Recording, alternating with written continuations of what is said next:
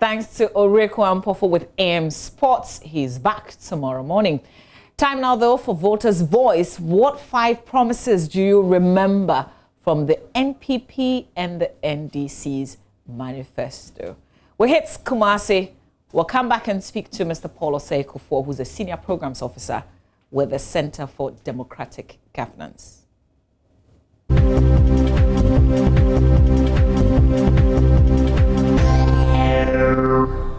NPP making this promise that they will provide more jobs, they provide more employment. The NDC's manifesto that Okada was going to be legalized. And then I also heard of the fact that some tertiary students would have their fees absorbed. Media said to me they said we go back about on by NDC it is some say on legalize Okada NDC they don't want to make kai so ban people they say free education and JHS no mail or momo and as I'm sitting sheriff for no on be more some be high diamond some transforming some of the NAFTI into fully investable and also building steadier at all the districts from the NDC. I think that's all that I remember from NDC camp. Mama manifesto ni nyina no media men mini problem biya wo ni obi abeka because obi shebo a wondi so obi so shebo a obi di so NDC de ne de me mekai ne say wo se wo be ma invest ni private schools nyina wo be ma private schools for so akoni free. What I heard from the NPP manifesto is you can use your Ghana card for a loan if you are going to the university. And there may numerous and another say so you university now we need sky be out the bay and I say Juma 70 other day be unya akwenya out the bay Juma or more akwenya my bank I'm on loan for 1 year free now I started at the aye school when I say Juma say maybe up so your business and I be bisa and any idea me and I NDC for some matter say mama so about by improve jobs be brain near the other and also near the metaphor women parties in the metaphor.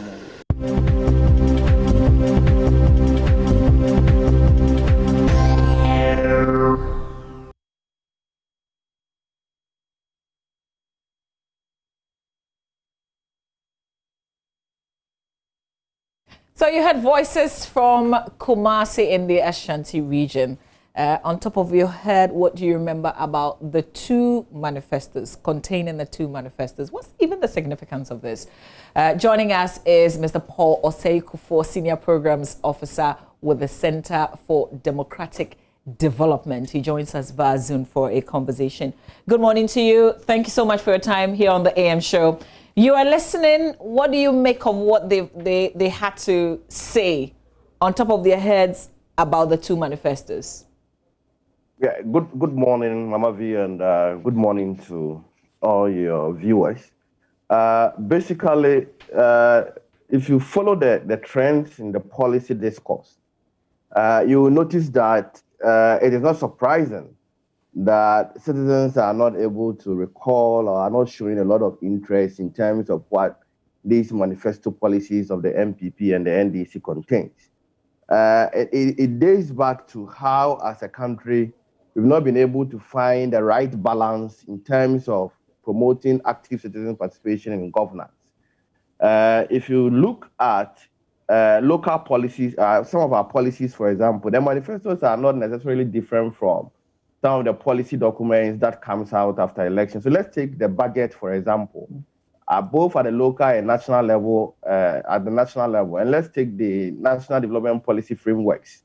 When you engage citizens a lot, you seem to get the feeling that they don't seem to know a lot about what is even contained in the budget document for them.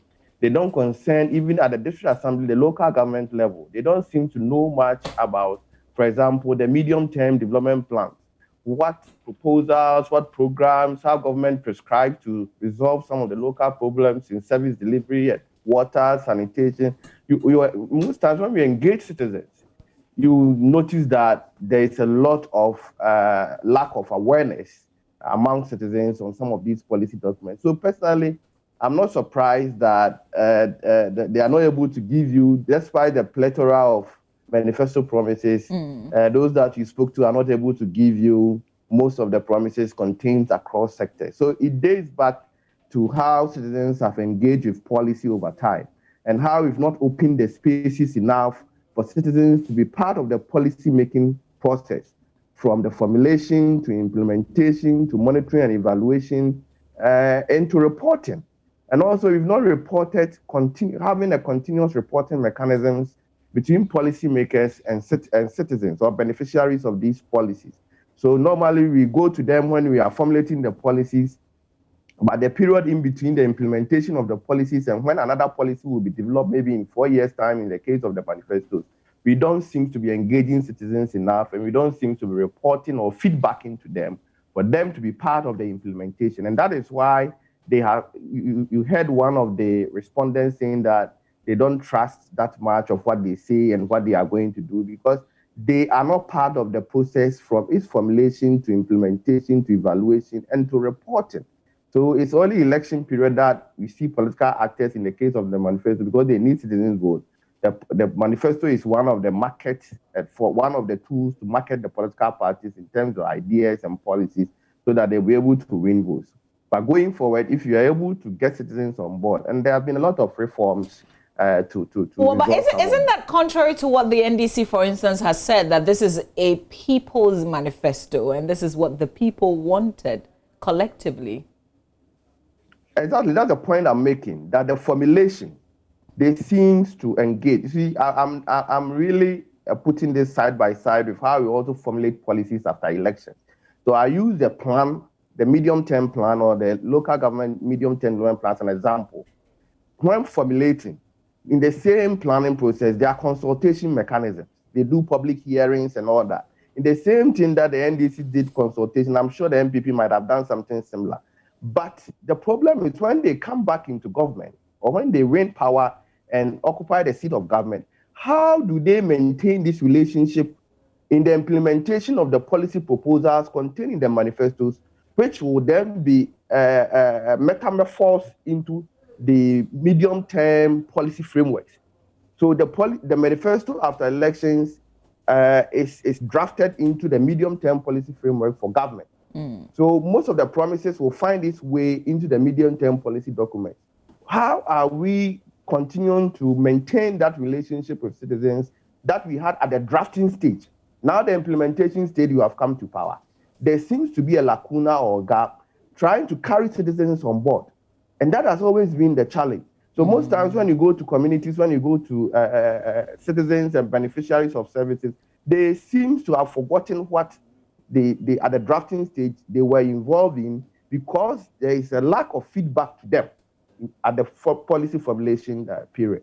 And that is the point I'm trying to make. So there's a drafting period, there's implementation period, and the implementation also goes with that's where government put together contracts and procurements to run out some of these policies and programs. They amend or change laws that are not in the interest of citizens. We must have a way of reporting and feedbacking to citizens. One thing that we've been doing very well is the Ministry of Information monthly or continuous engagement. But that one, I think, is only at the national level. You go to the local level, these kinds of policy engagement platforms are not strong enough. So if you look at some of the recent reforms, it seeks to bridge the gap between citizens and policymakers in terms of access to information.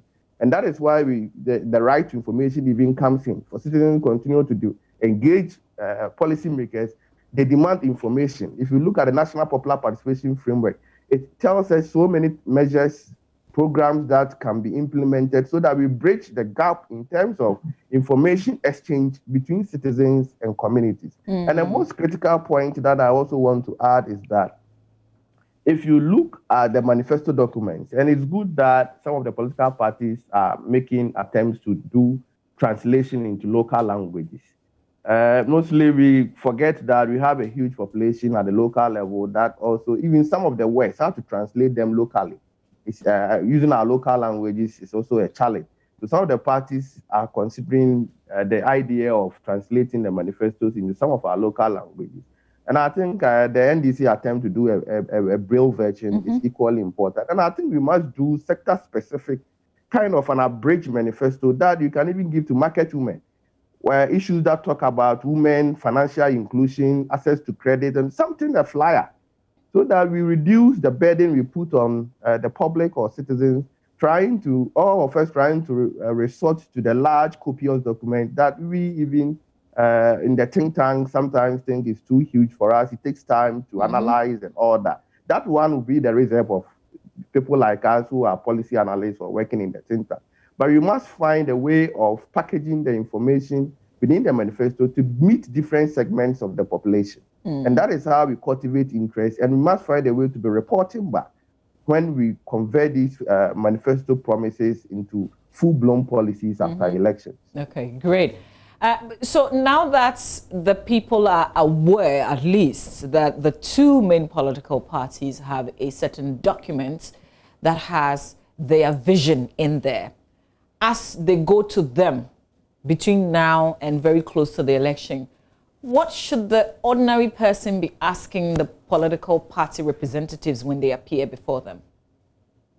A very important point, and I'm happy that with lessons from COVID, we are not doing big rallies. I think we must bring some innovations to the way we are campaigning. When political parties, now they are holding small rallies, small community meetings, I think they must have platforms for participants or people who are at this crowd or at these small meetings to ask questions about their manifestos and to engage and begin to interact and interrogate some of their promises. I think they must begin to respond to some of the questions and concerns that have come out from the policies that they want to introduce. And then that is the way that you build trust. You cannot imagine that you've put out, it's a social contract. You've gone to them and this is what you are promising them. At every stage of the process, we must find ways of feedback, having a feedback into the policy conversation or into the policy discourse. We should not always continue to have the situation where it becomes a lecture, always when we are engaging with potential beneficiaries or citizens. We must be innovative to also create opportunity for question and answer sessions when we meet the youth, when we meet women, when we meet communities. I think we should allow them to interface into the conversation so that it becomes a two-way affair, and then they can begin to develop the trust and integrity required in the manifesto frameworks. Okay, so two key questions that the ordinary citizen can ask the political party representatives when they appear. Two key questions. Two key questions. If you look at the manifesto, some people have the conception that you cannot necessarily make a comprehensive proposal on financing or the trade-offs. But certainly you agree with me that you cannot also, drawing on lessons from previous manifestos, you cannot also implement every promise that is contained in the manifesto. Certainly there will be trade-offs. There will be opportunity costs. The more we are demanding for one, because our resource envelope is not that huge. And even the NDPC, which is planning for the country, is doing what we call the Ghana Priority Project. Because they know that we cannot respond at a goal or our priority, or our demands as a country from various interest groups, communities, and all that. So we must begin to interrogate and ask them, what are your priority projects? Okay. Because it's a whole long list. They must begin to give us their priority projects, first year in government, second year in government, third year in government, and fourth year in government, so that we can measure them accurately and strengthen the accountability process. That is one. Okay. Then the second point is they must begin to throw in some financing measures. We are in COVID period. We are in austere moments. Our revenue projections are not likely to be the same as it is. Unfortunately, the political parties keep promising. They must tell us very innovative, genuine, and tried and tested mechanisms that they are going to raise revenue. Because if you look at our current revenue position, domestic revenue, we are even challenged as to how we are financing our debts, our interest on our debts and all that. So we are really in a difficult moment. But if you look at the long list of promises, I think the political parties, some of the key promises or flagship promises, they must begin to tell us what kind of financing arrangement. More give us actual figures, facts, to back not all of them. Some of them just require policy change, taking a bill to parliament. But there are some of them that are very catalytic, that are very, they are huge. They require huge financial outlay to implement them. So these are the two things that they must give us the first, second year, give us some kind of moderated targets that they want to achieve from the long list, and give us some key proposals as to how they are going to raise revenue in the midst of COVID, what kind of projections that they have done, so that we can enhance the trust in the manifesto. Thank you for arming us with these two questions, which I think is very important. Thank you. The last bit, though, because you brought the National Development Planning Commission into the conversation. How much, so, they are doing the national planning, but this is essentially the political parties' manifesto that if they want power, we will be holding them accountable to the things contained in it. So how do we merge on the national level, the national planning, and then the party's manifesto? How does it work? My sister, it's a very important question you have raised. You see, our politics is too adversarial. It's characterized with a lot of conflict and opposition. I think there are certain national programs that we must have a bipartisan consensus to push it. The NDC started with a constitutional review. It appears we are not paying too much attention to constitutional review process. The 40-year development plan, the same thing. Currently, we are having the Ghana Beyond Aid. And I doubt if when there is a change in government, you will see the continuity design in this kind of policy formulation mechanisms or policy process. As I said, we must build some bipartisan approach, though we have not been able to do that, so that we all agree. The NDPC is there. We must find a way to strengthen the NDPC so that it provides the technical support for us to have long-term projections. Certainly, we cannot tie the hands of the two political parties that when you come to power, do A, B, or C, or D. But we must have some desired end or desired objectives. If we talk about education, there are certain desired about quality, about access. There are certain desired ends that we all wish to get there. And if you look at the Constitution, directive principles of state policies provides certain obligations on governments to provide for citizens. Economic objectives, you have educational objectives, you have rights for people with disabilities. It talks about reducing inequality and avoiding issues of discrimination, support for PWD. So our Constitution already gives us a framework. All that we need is to have a bipartisan conversation as to what do we want to achieve in terms of the framework set by the Constitution. We also have the SDGs. Unfortunately, the NDPC has always been sidelined in all our policy conversations, and it seems to appear that they are not playing the central role required much of them. So the next government, I think, should find a way of building consensus around a long-term development plan so that all the political parties, the various interest groups, will have a role to play and will all commit to the process. It's not going to tie their hands, as I've said. It's going to give them projections and goals where we want to get to maybe in the next 30 or 40 years. But it will still allow for contestation. And that is what we are doing at the moment. NPP promising that this is the way that they want to address access or they want to address issues of TVET. That platform for contestation of ideas will still exist. But certainly, it's good that you have a desired end or a desired goal as to where you want to get to in the next 40. Or most of the developing countries all did that. So I think if you have that, then we can also begin, if the 40-year development plan has been accepted by both governments and is being used and is being adopted strongly, it will have been easy to benchmark it with what is in the manifesto promises currently. But unfortunately, I mean, all is not lost. As I said, the constitutional provisions are there. The Sustainable Development Goals also provide some targets for government. So all these manifesto proposals are aiming at addressing some of these national priorities and development, international or global development frameworks, which is required for us to become a sustainable economy. Okay. All right. Mr. Paul Osei-Kuffour, we'll leave it here. But thank you very much for joining us on Voters' Voice. He's a senior programs officer with the CDD. Thank you very much. All right. Remember the 2 key questions that he said we should ask them when they appear before us. Well, the promises are so many. So what are the priorities? What do you intend doing in the first year, in the second year, in the third year, and in the fourth year? These are very important. And the second one, well, COVID has come to disrupt a lot of things. So where are you going to get the money to do these things that you've said you will do? If we all did this, of course, we will have a better governance system. That's Voters' Voice for today.